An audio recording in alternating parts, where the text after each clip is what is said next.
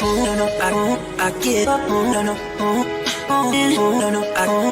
man! Welcome to the show. How are you? Really excited as a parent and as a person of color to have our guest today. Hey, what's up, everybody? Hey guys, what's up? It's Irfan. I am really excited to have my next guest, Smita Majumder.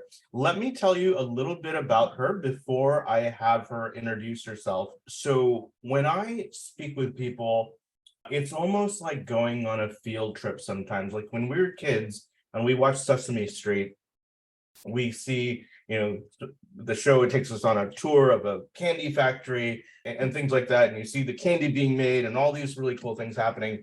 And as a result of that, we get to vicariously live through others. And when I talk to somebody who I feel is incredibly dynamic, I really enjoy that vicarious process, right? So with that said, I'm going to tell you a little bit about Smita before she comes on and talks about herself. We're talking about somebody who's got a degree in a BS in biomedical technology with a minor in computer science, didn't stop there, went for a master's after that in cancer biology, and she's rolling her eyes, and then finally didn't stop there, but went ahead and got her MBA from Johns Hopkins. So my conversations with her historically have been very dynamic, full of really big ideas. And one of the things that I've heard is small people talk about people, big people talk about ideas. I probably screwed that up. My point is, Smita, welcome. Thank you, Irfan. You're too kind, too generous. I'm just happy to be here. I'm just here to have a conversation because just like you, I just absolutely enjoyed our last conversation, and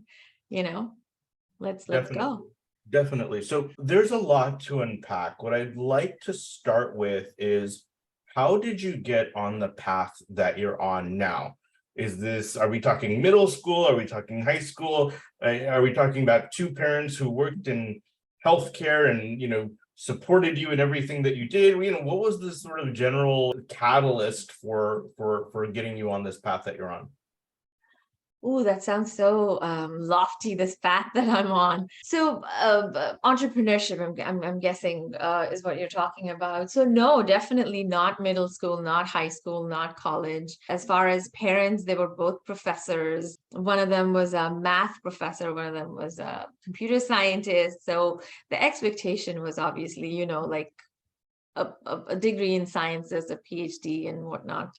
And for a lot of my life, I actually also kind of through conditioning or even through my own liking, kind of went through that path. And that explains the bachelor's in biomedical technology and then the master's in cancer biology. That was actually at the time where I was genuinely very, very interested in research and biomedical research.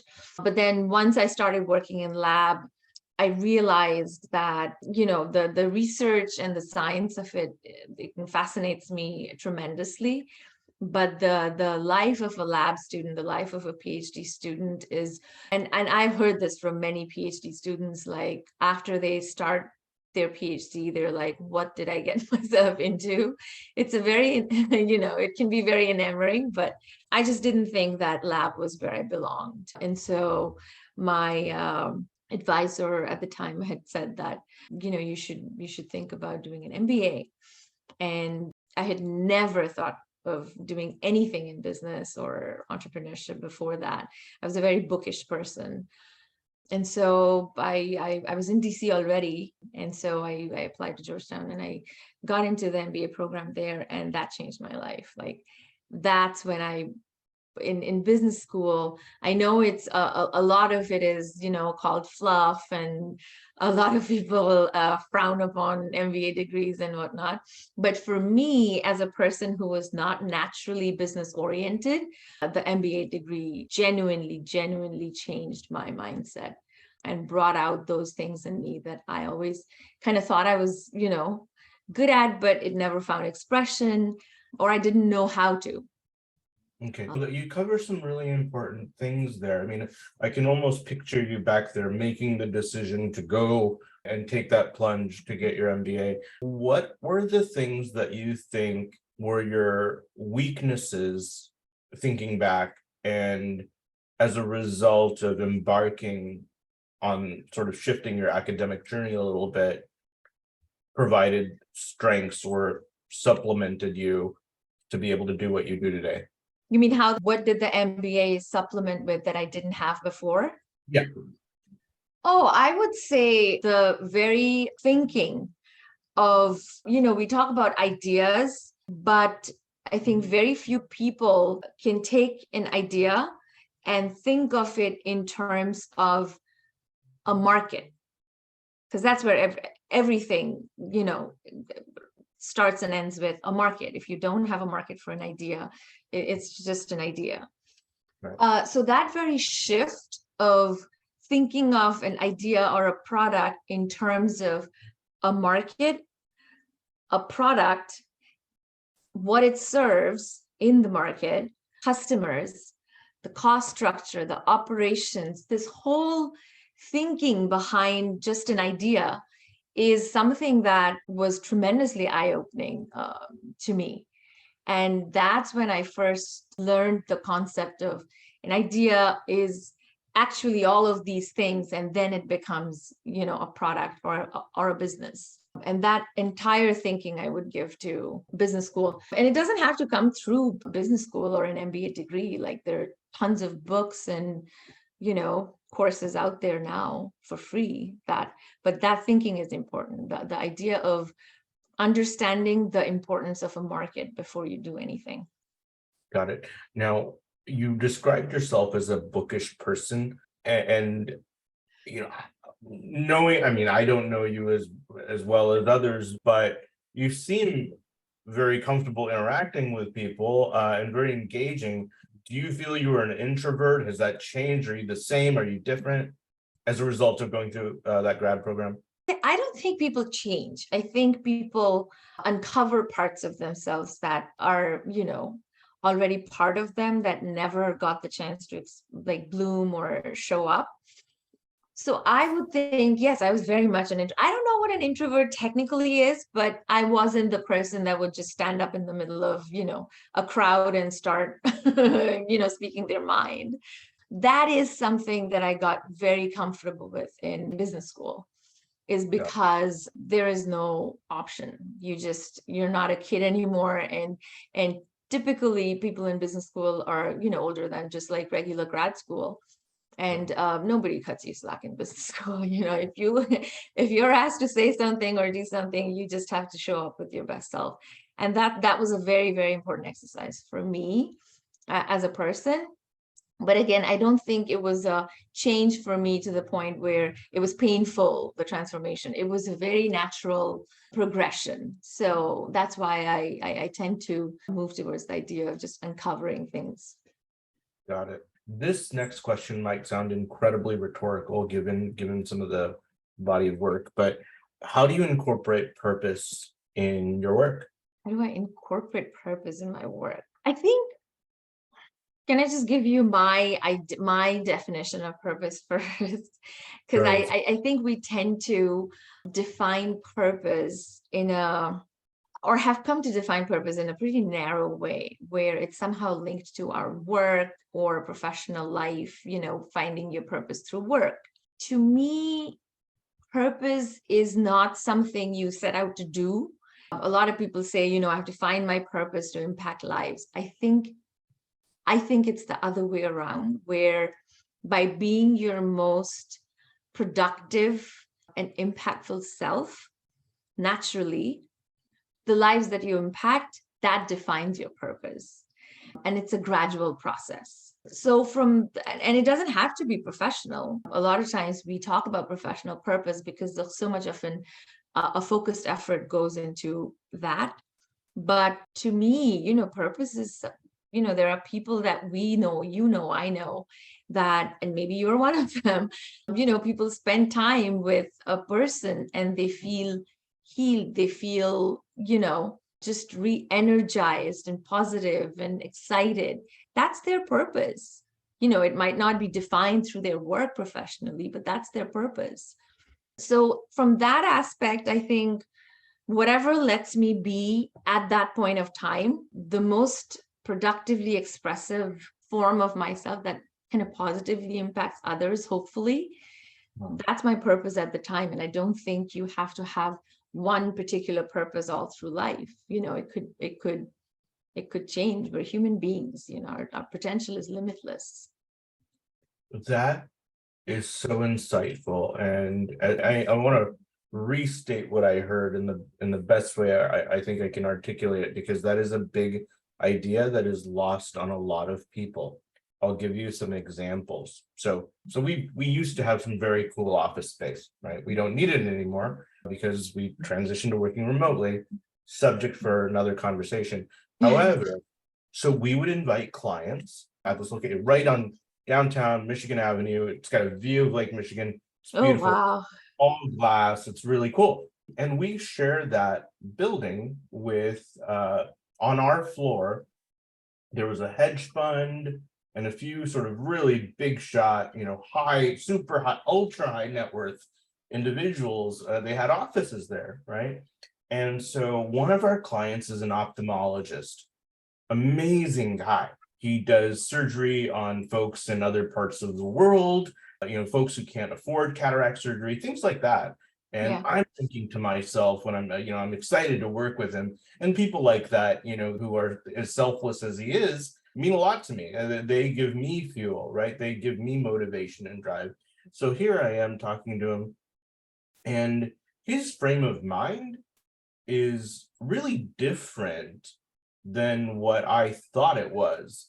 So I thought he would be full of purpose. I thought this guy was just like, man, there's nobody better than him. You know what I mean? Like, he's doing such great work. And the reason that he and I were talking was because he wanted to expand his eye clinics. He had 4 eye clinics in greater Chicagoland area, and he wanted to have like 10 or 12 and something like that, right? And so I was like, okay, that's great. We can do that for you. In terms of marketing and driving, Yeah. patients and things like that. And so I'm taking him for around the tour of the building, and he looks at this office across the hall, and I'm like, oh yeah, this is so and so's office. He's XYZ. Last year he made X amount of millions of dollars and da da da. And this guy just like, he's standing there looking at the office, and he's like, gosh, I really should have gone into another line of work. And I thought he was being sarcastic. I'm like, Yeah. he wasn't. He was seriously dissatisfied with what he did, and felt that for the amount of hours that he worked, he wasn't fairly compensated. And we got into this whole side conversation, and I was like, wow, okay, so that's how you really feel. I wasn't aware of that. And so it made me feel kind of sad. Yeah. But Yeah. at the same time, it also taught me that, okay, so we make a decision at a certain stage of our life that impacts, to a degree, our career. Yeah. Right? Now, that said, based on your point, that isn't a life sentence. We can inject new information that we learn as we grow and mature and understand things. We can inject purpose into whatever we do.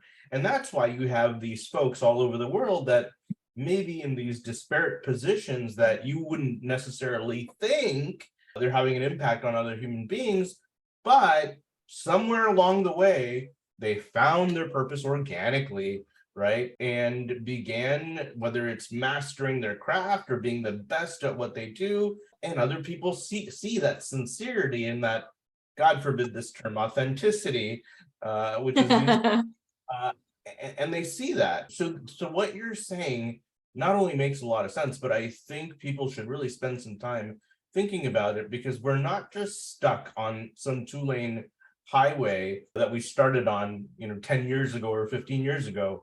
We can always reassess where we're at and figure out ways to evolve and refine and impact people in a better way. Right. I think so.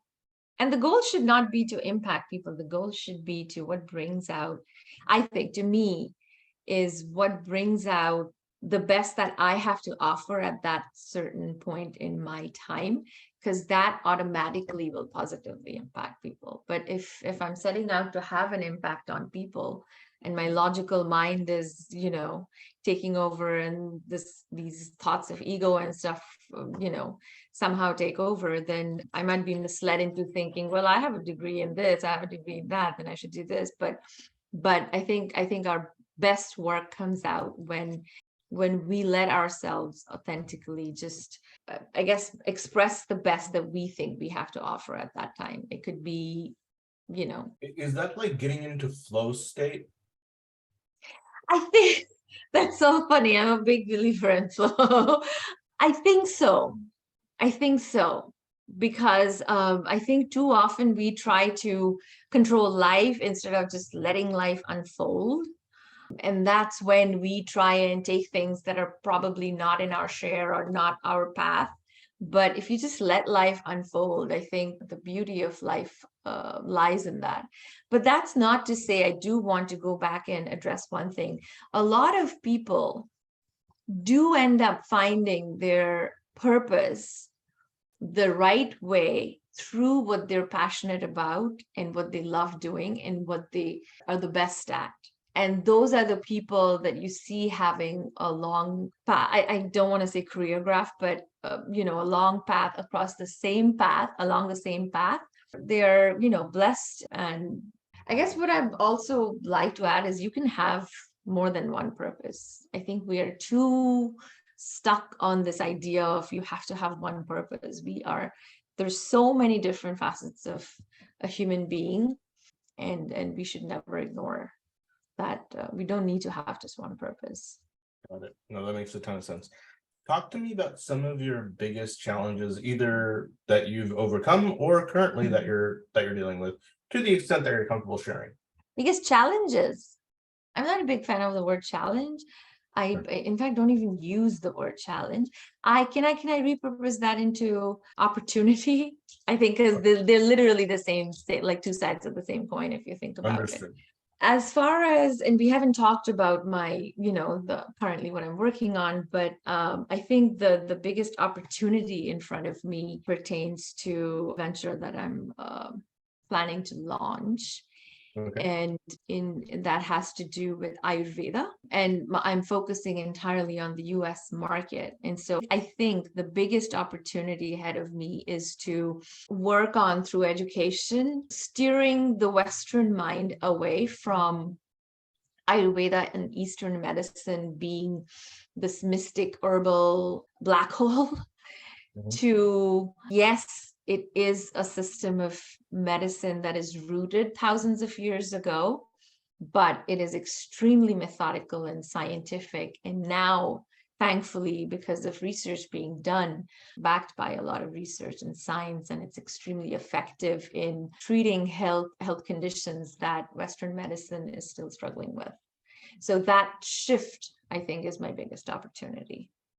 How did you become interested in Ayurvedic medicine? So it does help that I already have a background in biomedical technology, cancer biology, just that alone. And I think just being in any form of research in general gives you the tools to understand research, even if it's not well established, and take the crux of it easily. So I was actually going through my own personal journey of, and this is a little personal, of endometriosis a few years ago. And I had, for people that don't know what endometriosis, it's a condition that affects a large population of women of reproductive age, and they get tremendously painful periods, and it's just not a fun place to be in.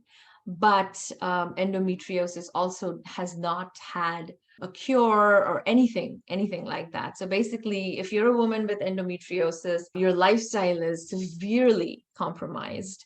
But when you go to the doctor just says, well, too bad, Tylenol, or just take out your uterus or something like that.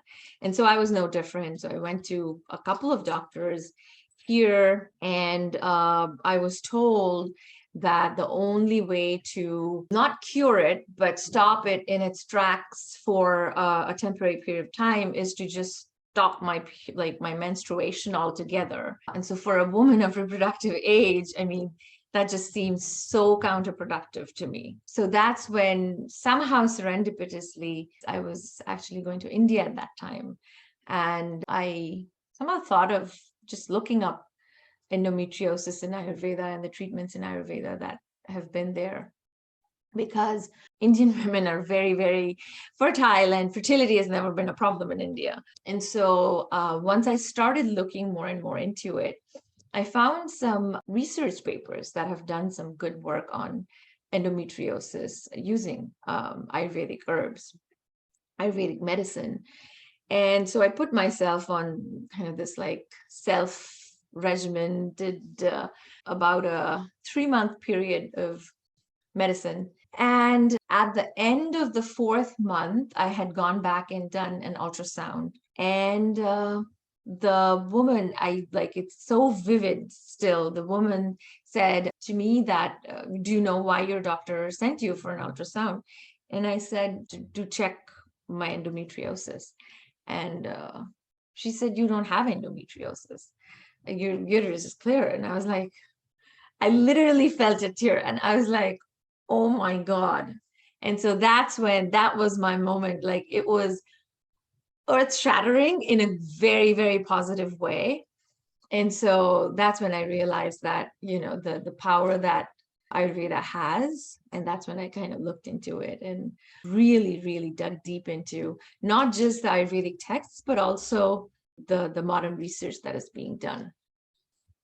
So that's when I was like, people need to benefit from this.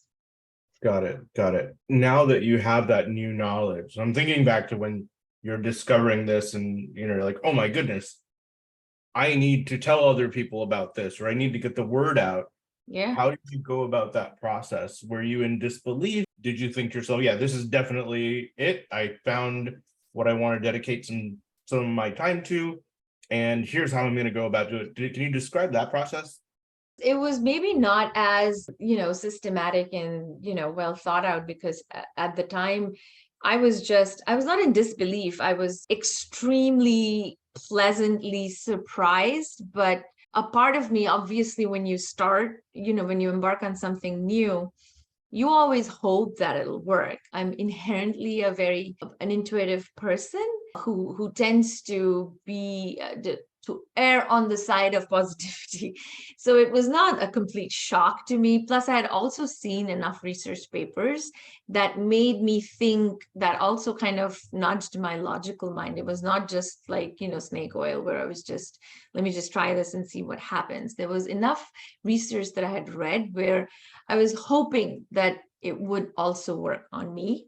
And so when I did see the actual empirical evidence, I was just blown away. And a part of me was a little sad in a way that I was also one of those people who didn't really believe in Ayurveda, or didn't know much about Ayurveda, or thought that, it's a bit uncool, not proven, and what have you. But when I actually started delving into it, there is research being done now, more so than ever, thankfully, in clinical trials and research labs on these herbs and the tremendous effectiveness that they have. And so that's when I realized that, it changed my life. I know that, in a span of 3 to 4 months, my lifestyle was changed to the point where I felt, free again. I didn't have to carry Tylenol everywhere. I didn't have to, think 10 times before a certain time of the month. Like, it really, really liberated me as a woman. And so, I know the number of women, especially in America, that suffer from endometriosis, adenomyosis, all of these uterine diseases, and that have zero option. And it just seemed like the most natural progression to me, that I would try and at least try and introduce Ayurveda, or what Ayurveda has to offer, to that section of the population in the US, but in a way where it's easily received. Because I can think something is very good for you, but unless you actually understand and realize that it is something that might be good for you, that's the biggest challenge, like you said, an opportunity. Got it. So let's talk a little bit about your brand, because anybody who searches for you online, lots of really interesting things come up, good things. Was digital marketing something that you used intentionally to get the word out and sort of grow your personal brand? Can you talk about your personal brand and your use of social media? I'm not very active on social media. I know as a social media person that tremendously pains you. My brand IU has not been launched yet. I'm still in the pre-launch phases. I'm working on launching a nutraceutical, is especially in a thoughtful, impactful way, it takes a bit of back-end work. I haven't actually worked a lot on my personal brand. I haven't Googled myself. I don't know what comes up. I hope good things come up. But maybe because of, a couple of the TEDx talks I had, maybe those come up. And that's all credit to the TED community for the work that they have done. And I haven't invested much in, or anything at all, in actually building a personal brand. I know that's a big thing, but I haven't yet done that. Got it. Where do you think your space will be in the next 12, 24 months, your industry that you're working in? I think that there will be a big shift in two things. One is, I think Western medicine as we know it, lab medicine, there will be paradigm shift in how we think of health and ways to enhance health, from just popping pills to a more natural, holistic sort of treatment paradigm, like adaptogens that we find in Ayurveda and outside. Because I think with better access to information, consumers are starting to realize the harm that a lot of the Western medicine does to your bodies. And of course, I'm in no way looking to go head to head with Western medicine. I think Ayurveda is a extremely effective complementary natural medicine paradigm. But that said, things that we just do on a regular basis without even thinking about it, like,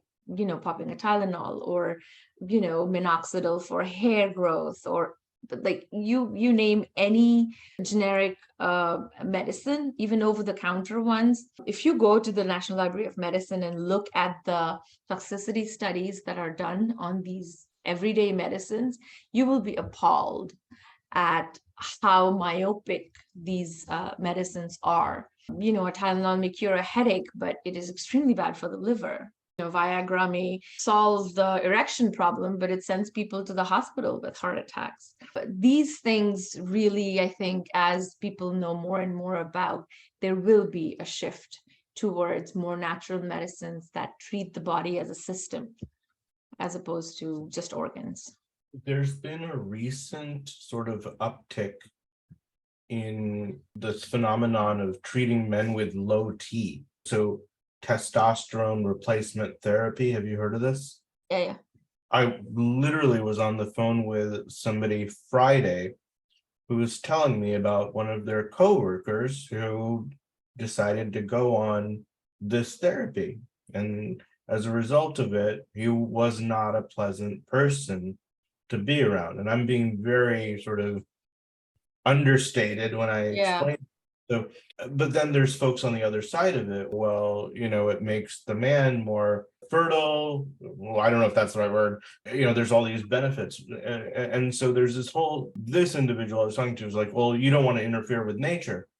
Like, yep, understood. But conversely, there's somebody else who's like, well, if you had cancer, wouldn't you want chemotherapy? And so this person who doesn't have, the means to do certain things, does that create problems? So more than anything, how do you create an argument to balance that? Or what would you say to somebody who felt strongly one way or the other in this instance?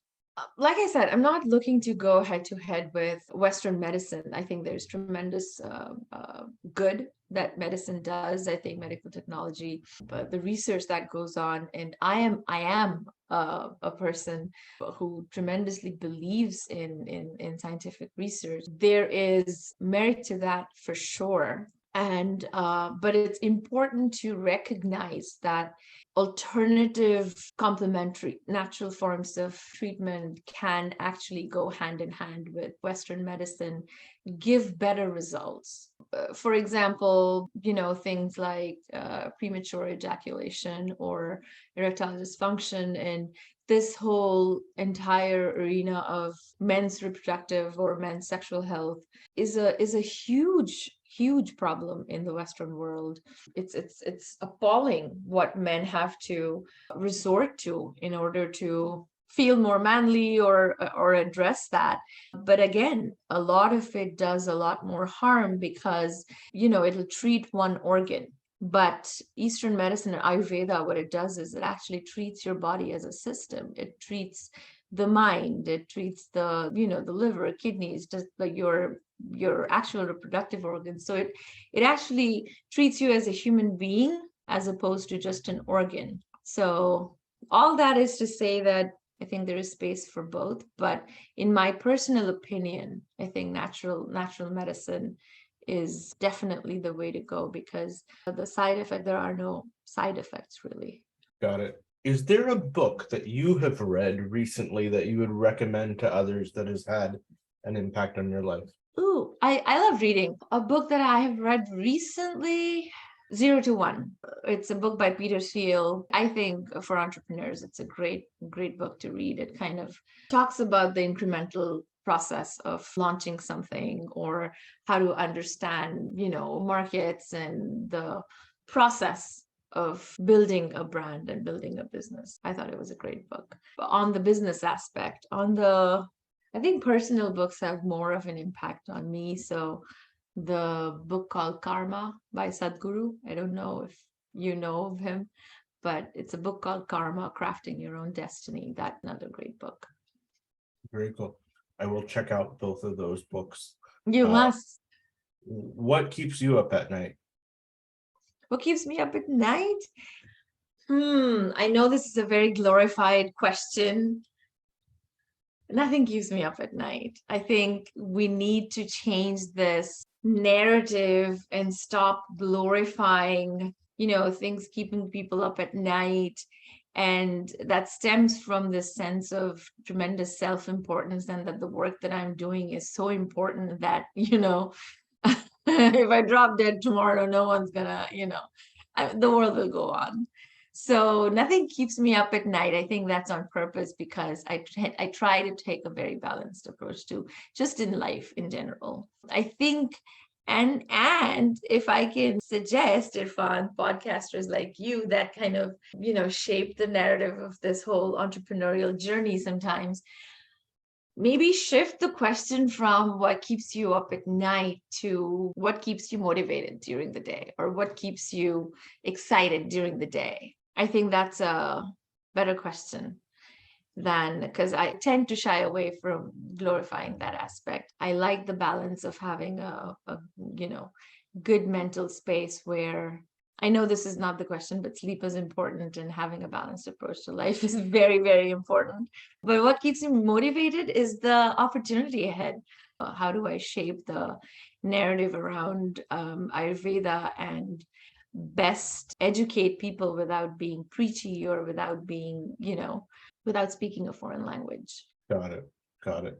Very cool. Well, listen, Smita, I could probably talk to you for hours and hours and hours. Same here.